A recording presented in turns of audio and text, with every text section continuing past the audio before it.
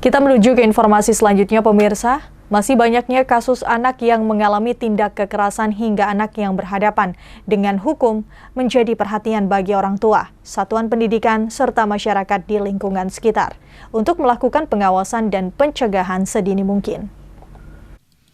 Masih banyaknya kasus anak yang mengalami tindak kekerasan hingga anak yang berhadapan dengan hukum menjadi perhatian bagi orang tua, satuan pendidikan, serta masyarakat di lingkungan sekitar untuk melakukan pengawasan dan pencegahan sedini mungkin.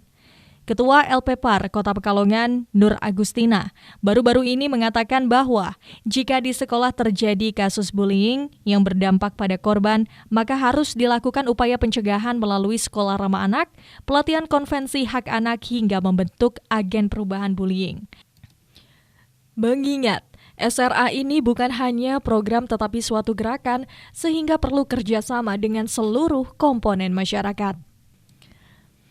Agustin mengajak agar seluruh satuan pendidikan bisa mengimplementasikan program yang ada dalam SRA pada kegiatan ekstrakurikuler.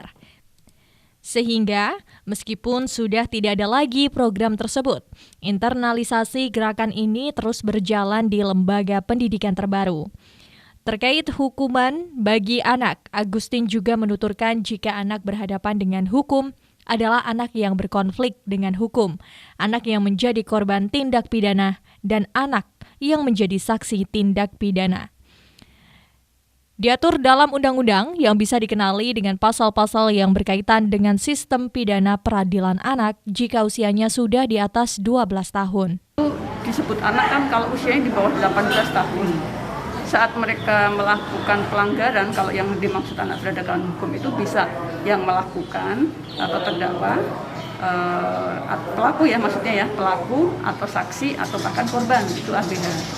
Nah, undang-undang kita mengatur anak-anak yang bisa dikenai dengan pasal-pasal yang berkaitan dengan sistem pidana peradilan anak itu kalau usianya sudah di atas 12 tahun ya. Jadi untuk anak di bawah 12 tahun itu tidak bisa ya ditindak.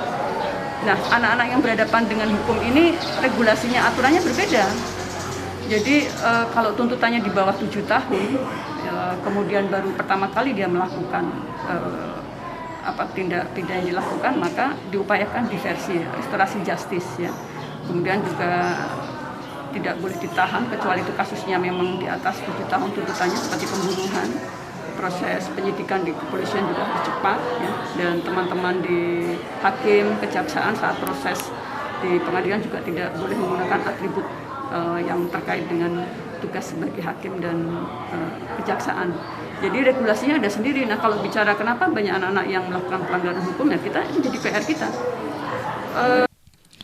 Agustin berharap masyarakat khususnya dimulai dari lingkup terkecil yaitu keluarga semakin sadar pentingnya membekali anak dengan ilmu agama, kasih sayang, komunikasi, serta perhatian penuh untuk melindungi anak dari tindak kekerasan sebagai pelaku ataupun korban.